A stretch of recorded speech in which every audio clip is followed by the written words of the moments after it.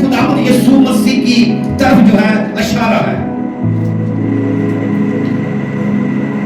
قائم رکھوں گا اور نجات کا ابدی دروازہ بھی اسی جگہ سے کھلنے والا ہے.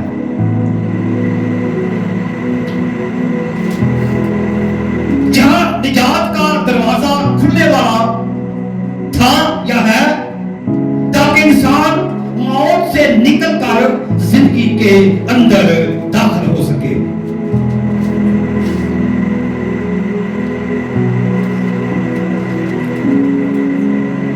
جہاں نجات کا دروازہ کھلنے والا تھا تاکہ انسان موت سے نکل کر زندگی میں داخل ہو سکے، جو ہاتھ کی قربانی دی جاتی تھی، یعنی انسان جانوروں کی قربانی دیتے، اب جانوروں کی قربانی خدا نے کہا کہ میں کب تک ایسا کرتا رہوں گا. خدا نے کہا کہ میں اپنے اکلوتے بیٹے کو بھیجوں گا.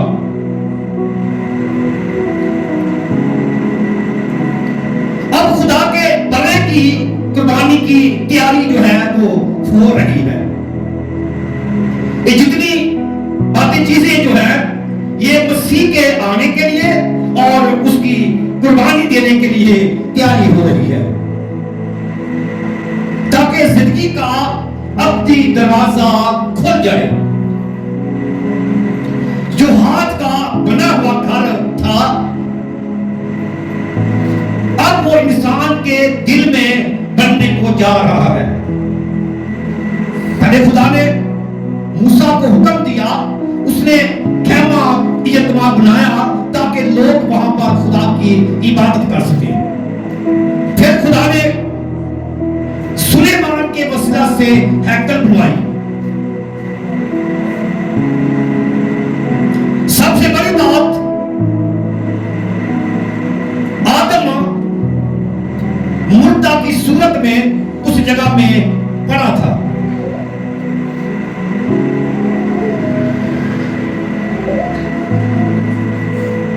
مسیح خداوند وہاں سے زندہ ہو کر ہمیشہ کی زندگی دینے والے تھے.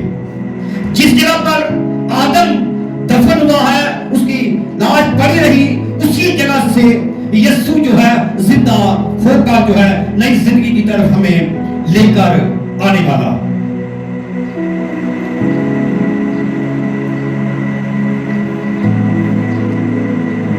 مسیح خداوند وہاں سے زندہ ہو کر ہمیشہ کی زندگی دینے والے تھے.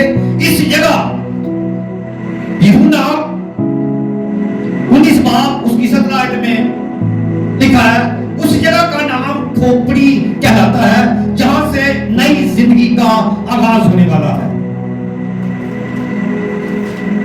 عبرانی زبان میں اسے گلگتہ کی پہاڑی کہا جاتا ہے، لیکن اس وقت جو ہے عبرانی زبان نہیں تھی، کیونکہ اس سے پہلے اسرائیل جو ہے اپنی زبان بھول چکے تھے. جب یہ واپس آئے، خداوند یسوع مسیح کی پیدائش ہوئی، تو لکھا ہے کہ خداوند یسوع مسیح بھی پھر عبرانی زبان اور یونانی زبان بولتے تھے.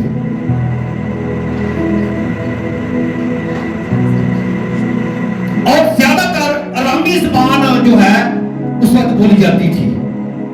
مسیح خداوند کے دور میں زیادہ جو تھی ارامی زبان تھی، لیکن لکھنے والے نے عبرانی زبان کو استعمال کیا، لکھا. یسوع عبرانی ارامی دونوں زبانیں جو بولتے تھے.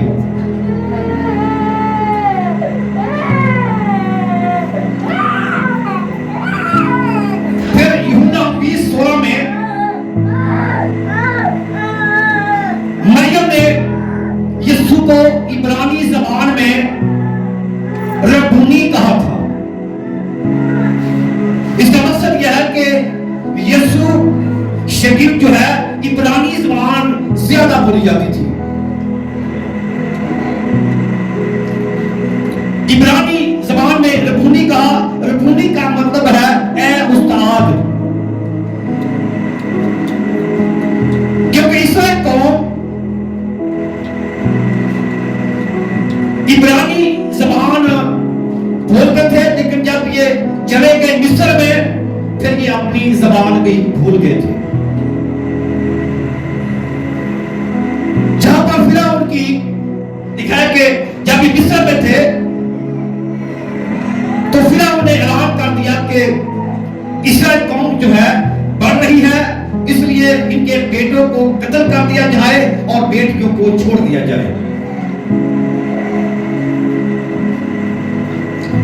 بچوں کو فرعون نے مروانے کا حکم دے دیا. جب غصہ پیدا ہوا تو خداوند نے دائیوں کے دل میں رحم ڈال دیا تاکہ موسیٰ جو ہے وہ قتل نہ ہو جائے.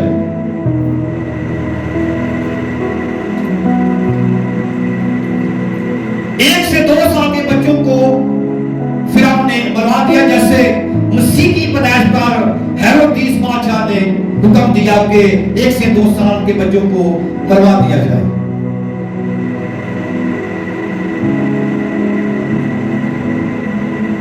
مگر خدا نے دائیوں کے دل میں رحم ڈالا، یعنی بیٹا ہو مار دینا، اگر بیٹی ہو زندہ چھوڑنا. لیکن دائیوں نے خدا کا خوف جو ہے مان کر لڑکوں کو زندہ چھوڑ دیتی تھی.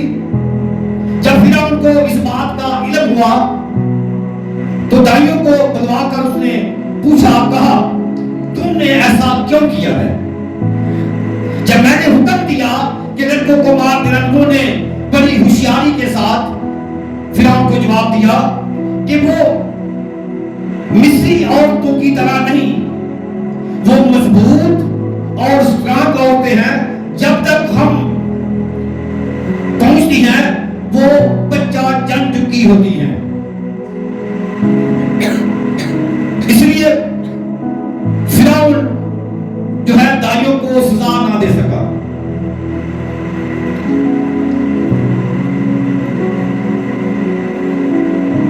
کلکتہ جو ہے، کلکتہ کی پہاڑی جو ہے یروشلم کے باہر ایک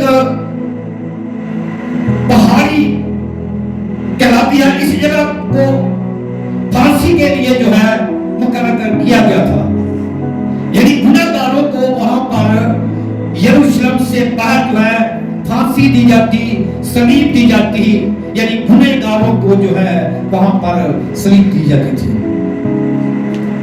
یروشلم کے اندر نہیں، یروشلم سے باہر.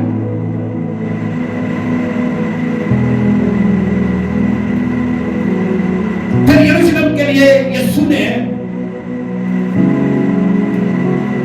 الفاظ بولے، اے یروشلم، میں نے بہت دفعہ چاہا کہ جیسے مرغی اپنے بچوں کو اپنے پروں کے نیچے چھپا لیتی ہے، مگر تم نے نہ چاہا. آج بھی خدا جو ہے وہ چاہتا ہے کہ میرے لوگ میرے آنے سے پہلے جو ہے وہ تیار ہو جائیں، توبہ کر لیں.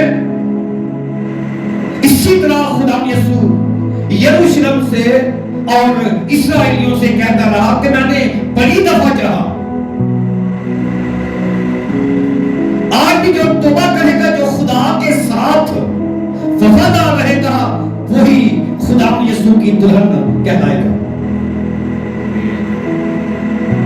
اپنے پروں میں چھپا دیتی تاکہ میں تجھے اپنے بازو کے نیچے چھپا لوں، اپنے بازو میں لے لوں. پر تم نے نہ چاہا. موریہ کے مقام پر ابراہیم نے اپنے بیٹے کی قربانی بھی دی.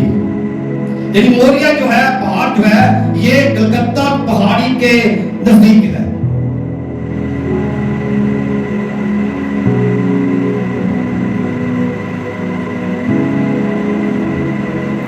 قربان کرنے کے لیے لے گیا. ابراہیم کے بیٹے کے متبادل بڑا مہیا ہوا. خدا نے کہا کیا ہے، ابراہیم دیکھ، میں نے تیری وفاداری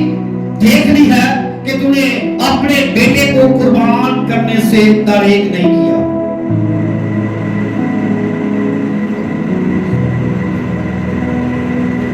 یہ بھلا یسوع مسیح کی پیشن گوئی کرتا ہے،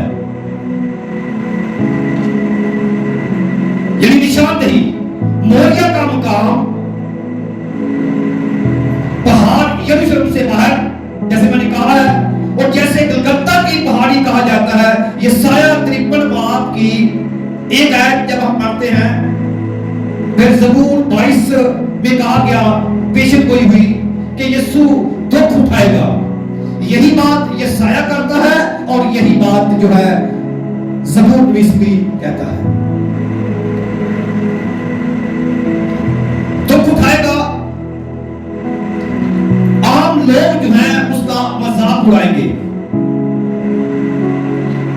اس کا مذاق اڑایا جائے گا اور اس کی پسلی چھیدی جائے گی. اچھا، ہم یہ سمجھتے ہیں کہ خداوند کی یسوع کی پسلی نے نیزہ مارا. نیزہ پسلی میں نہیں لگا، نیزہ بلکہ پسلی کے نیچے جو وہاں پہ لگا تھا جہاں پر لکھا ہے کہ خون اور پانی جو ہے وہاں سے بہہ نکلا.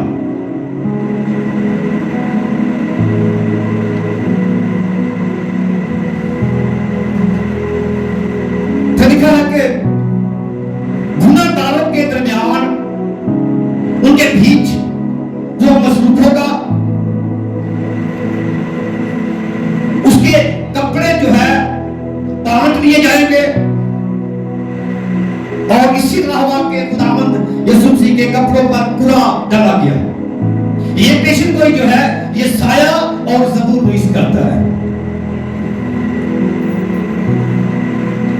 اس نے اپنی پیٹھ پیٹنے والوں کے حوالہ کر دی، یعنی اس کی کمر پر جو ہے کوڑے مارے گئے اور چھلنی کر دیا گیا. دیکھا کہ اس نے اف تک نہ کیا، اپنی داڑھی نوچنے کے لیے ان کے حوالے کر دی.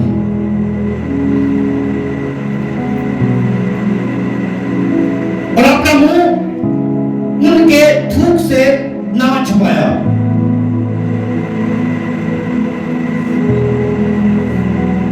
یہودیوں کی کتاب میں کسی میں لکھا ہے کہ 1200 لوگوں نے یسوع کے منہ پر تھوکا تھا. یہ آپ کے لیے اس نے رسوائی اٹھائی. اپنا منہ اس نے ان کے تھوک سے نہ چھپایا. پہلا انسان جو ہے گناہ میں گرا، دوسرا انسان جو ہے وہ گناہ اور موت پر فتح یاب ہوا.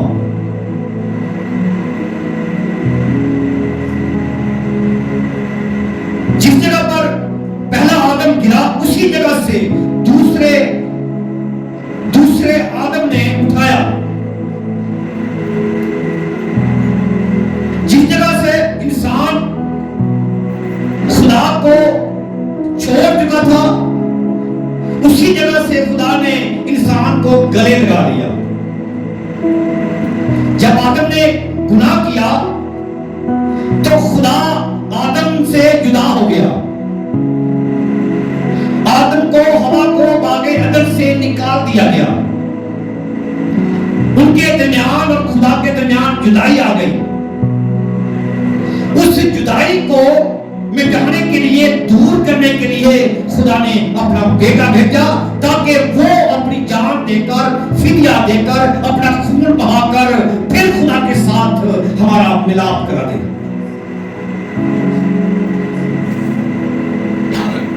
اسی جگہ سے خدا نے انسان کو گلے لگا لیا جہاں موت شروع ہوئی تھی. خدا نے آدم سے کہا کہ یہ پھل نہ کھانا، اگر تو نے کھایا تو تو مرا. اسی جگہ سے موت کا آغاز ہو گیا. موت انسان کے اندر داخل ہو گئی. موت نے خوف پیدا کر دیا. آج بھی مرنے کا بڑا خوف ہوتا ہے. کوئی شخص بھی نہیں چاہتا کہ میں دنیا سے چلا جاؤں، میں مر جاؤں۔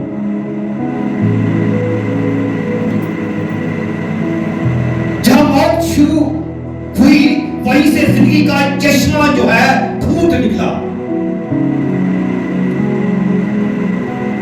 خدا یسوع جو ہے وہ زندگی کا چشمہ ہے، اس میں سے زندگی نکلتی ہے، اس میں سے زندگی کا آغاز ہوا۔ چشمہ پھوٹ نکلا، یعنی کہ وہیں سے زندگی کا آغاز ہوا جہاں سے موت نے جنم لیا۔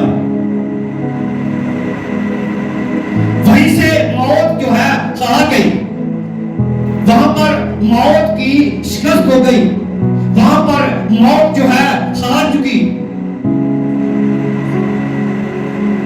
کہا گیا اے موت تیرا ڈنگ کہاں رہا؟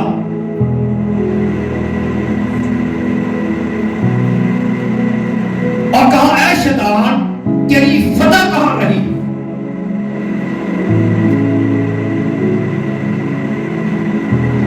پھر محبت تو سنا بھی، پھر محبت، نجات، زندگی کا آغاز ہوا۔ یہ تین چیزیں ہیں جہاں سے زندگی کا آغاز ہوتا ہے۔ لکھا ہے پہلی بات محبت، خدا نے اپنا اکلوتا بیٹا بخش دیا تاکہ جو کوئی اس پر ایمان لائے ہلاک نہ ہو بلکہ ہمیشہ کی زندگی پائے۔ یعنی کہ خدا محبت ہے۔ پھر لکھا ہے کہ محبت جو ہے صابر ہے۔ گرنتھیوں 13 باب کی 4 آیت میں محبت جو ہے حسد نہیں کرتی، محبت جو ہے شیخی نہیں مارتی، محبت جو ہے پھولتی نہیں، محبت نازیبا کام نہیں کرتی، اپنی بہتری نہیں چاہتی، جھنجھلاتی نہیں، بدگمانی نہیں کرتی اور بدکاری سے خوش نہیں ہوتی اور راستی سے خوش ہوتی ہے۔ یہ سب کچھ سہ لیتی ہے۔ یعنی یسوع نے آپ کے خاطر، آپ کی محبت کی خاطر سب کچھ برداشت کیا۔ محبت برداشت کر لیتی ہے، محبت کو زبان نہیں، یہ خدا کی اگاپے محبت ہے۔ اگاپے محبت کا مطلب ہے بہت بڑی محبت جو خدا نے آپ سے کی ہے، کہ اس نے اپنا اکلوتا بیٹا بخش دیا جو کوئی اس پر ایمان لائے ہلاک نہ ہو بلکہ ہمیشہ کی زندگی پائے۔ نمبر 2 نجات، نجات کے دروازے کھل گئے۔ اعمال 16 باب کی 31 آیت لکھا ہے دروگا نے کہا اے صاحبو میں کیا کروں کہ نجات پاؤں؟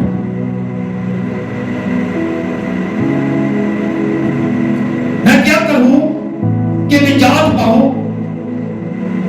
انہوں نے اسے کہا خدا نے یسوع مسیح پر ایمان لا، تو اور تیرا گھرانہ جو ہے وہ نجات پائے گا۔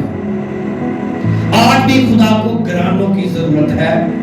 خدا کرے کہ گھرانے خدا کے پاس آئے، گھرانے خدا سے توبہ کرے، گھرانے جو ہیں نجات کا دروازے کے اندر داخل ہو جائے۔ ہم دنیا کو خوش کرنے کے لیے جو ہے کرتے ہیں، بلکہ خدا کو اس نجات کے دروازے کے اندر داخل ہونے کے لیے کچھ نہیں کر رہے۔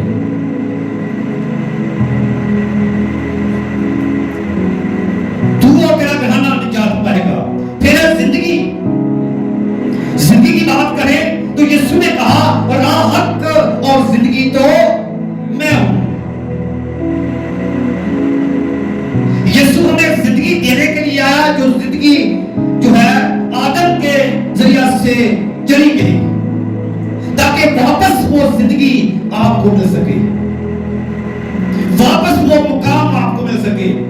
یوحنا رسول کی انجیل 63 آیت، جو باتیں میں کہتا ہوں کہی ہے وہ روح بھی ہے اور زندگی بھی ہے۔